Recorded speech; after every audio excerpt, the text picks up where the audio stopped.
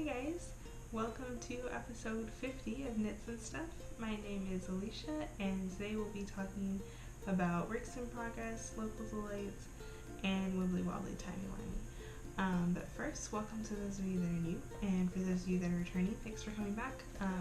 If you haven't already, there's a group in Ravelry that you can join. It's called Knits and Stuff Podcast, and I'll put a link in the show notes, which are at knitsandstuff.wordpress.com.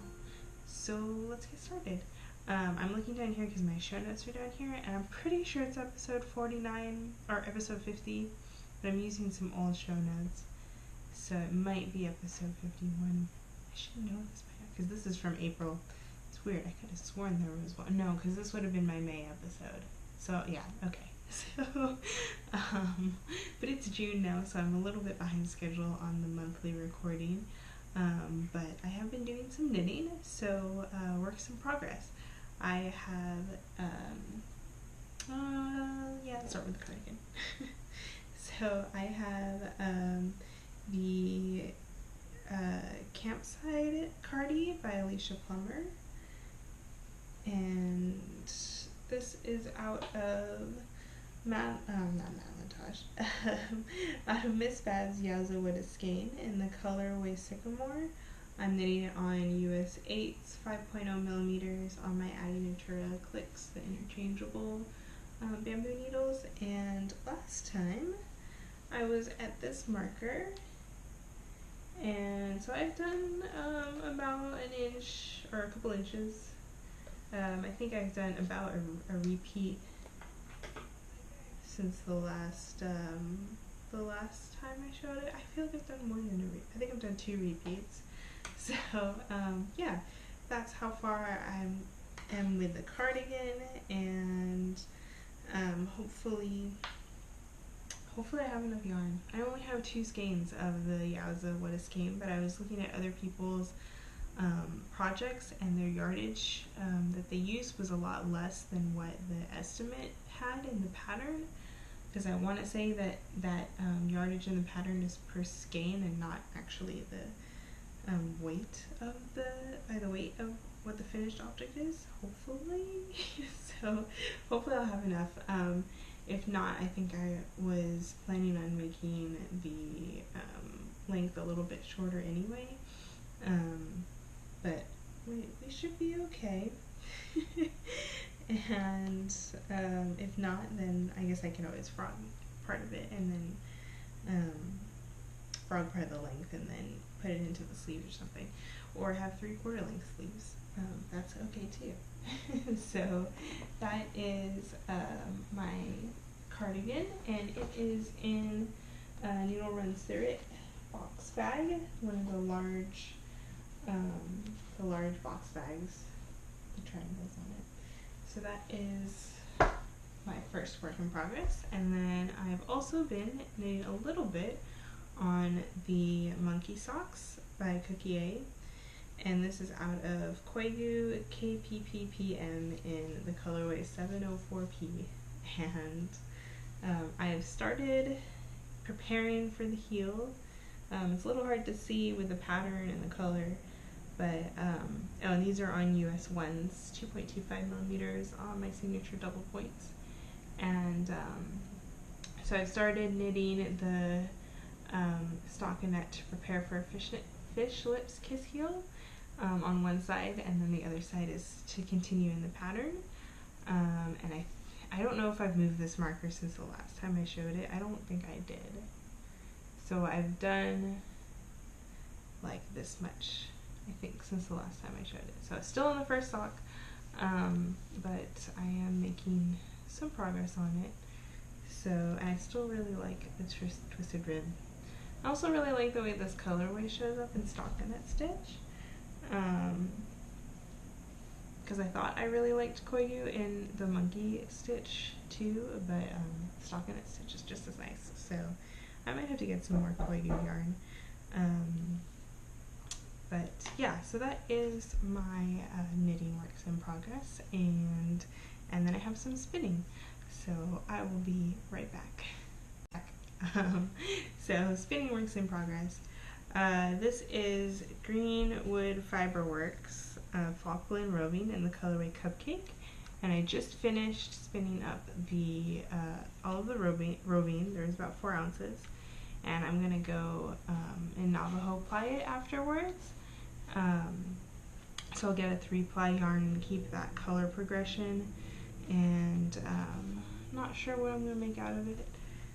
That's about how thin it is. I wasn't too consistent in spinning it, but it's good enough. So when I 3-ply it, it should be, I don't know, maybe like a sport weight or a heavy sport, something like that.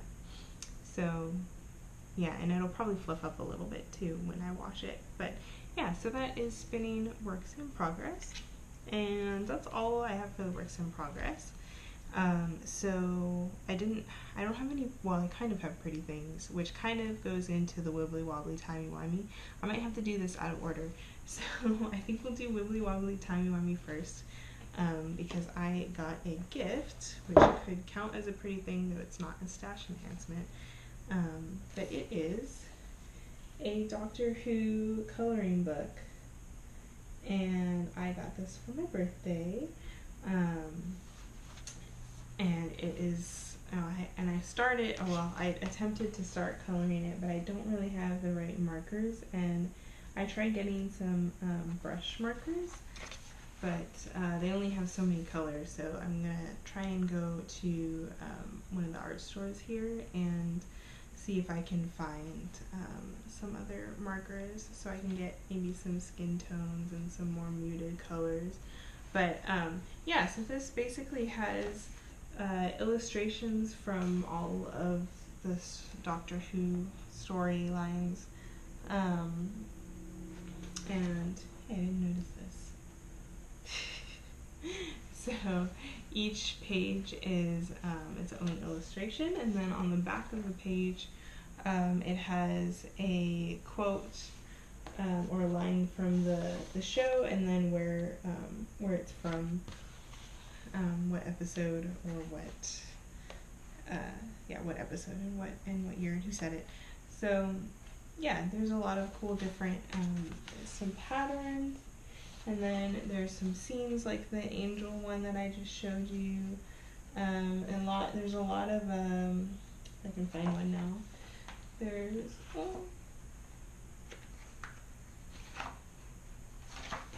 There's a lot of ones where it's the shape of a doctor and of the face of a doctor, except this is Missy.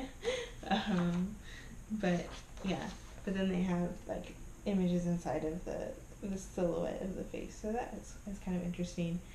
So I'm excited for this, and should be fun to color in some of the images and see how that turns out. So that's pretty things / wibbly wobbly timey wimey. And if you like coloring and you like Doctor Who, it's definitely a fun thing to pick up. Yeah, and I really think the Weeping Angel is really pretty on the inside, and then of course it's terrifying on the other end. So yeah, that is Doctor Who coloring book. And last, local delights. So it's not going to be local to here, but it is local to Vancouver. And I was in Vancouver for a conference recently, and I had a little bit of free time to explore the city and see some of the sights. So I thought I would talk about that for local delights, what I went to go see. And yeah, so we were staying in the Fairmont waterfront, which is close to Canada Place where the Olympic Center is, and it's also relatively close to Stanley Park. So I got to rent a bike and bike around Stanley Park right before sunset. Funny story, I managed to rent the bike right before they were closing, and they were nice enough to let me rent it as long as I brought it straight back after riding around the park. And then the 2 other people that I was with, one of them ended up getting a flat tire on the bike from the hotel, and so I was like completely delayed after that, and I went too far when I went around the park and ended up going down to like Granville Station when I was riding back, when I was supposed to turn back up to go back to the Canada Place. So yeah, so I was a little late, but they were really nice about it. But it was a nice ride around Stanley Park. And I rode by a couple of beaches where there were a lot of people around. But it was it was really pretty out there. And then, so that was in the evening, and then the next day, I had a full day to explore. So one of my coworkers and I went to Lynn Canyon, and where the Capilano suspension bridge is. So they have this huge canyon and a suspension bridge that goes across it, and it's a little wobbly, but it's actually, I was expecting it for some reason to sway side to side, but it actually just the bridge footpath kind of wobbles, but the bridge itself doesn't really move. So yeah, so it was pretty fun to go across. Not good if you're afraid of heights, but quite an experience otherwise. And there were definitely some people that were like clinging on for dear life, but it was fun. And I also had some other really interesting attractions in the canyon. They had a treetop adventure where there were different pathways that went up into the trees, and they had like little platforms on the trees that looked a lot like Endor, and they what else did they have? Oh, and if you saw my Instagram, I did take a picture of it, so that's one of the one of the more recent pictures from there was from the top of the Treetop Adventures. And they also have a newer installment in the Lynn Canyon Park, or in the Capilano Bridge Park, where they added this cliff walk, which I think is similar. I've never been to the Grand Canyon, but I think it's similar to it, where they have the like this platform that's bolted into the side of the cliff, and you kind of get to walk out onto the platform and look down and feel like you're in the middle of and over the cliff or over the canyon. So that was good too, and definitely got some good pictures from there.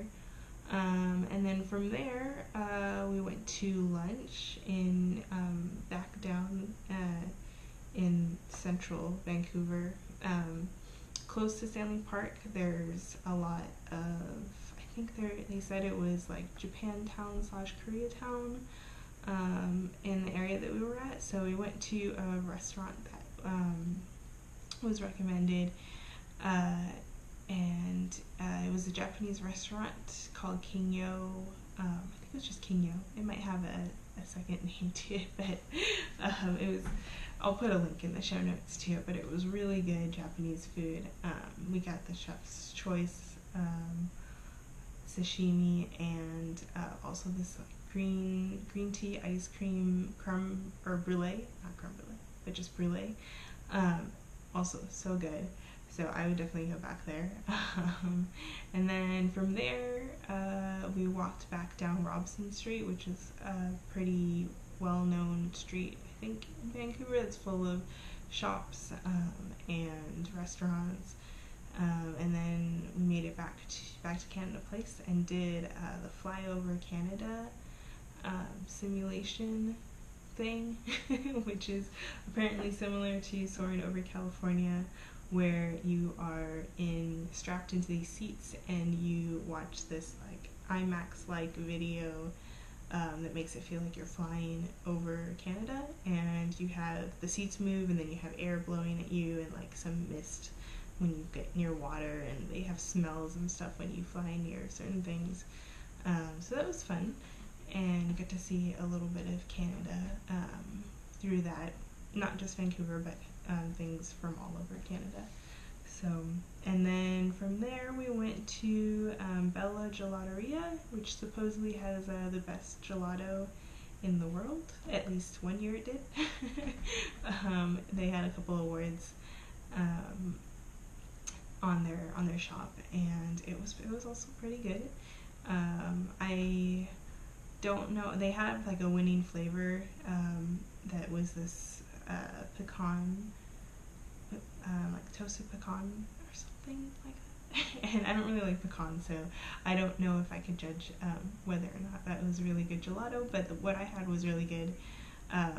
Was this burnt caramel, I think that's what I got, and a white coffee.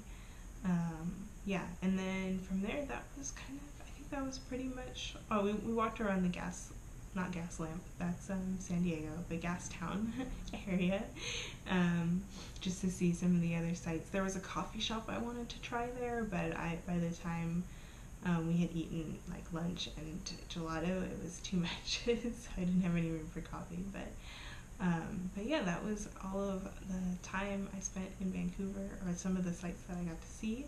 So I'll put a link to everything in the show notes if anyone is interested in what I saw, or if you're going there. Those are just a couple things to do.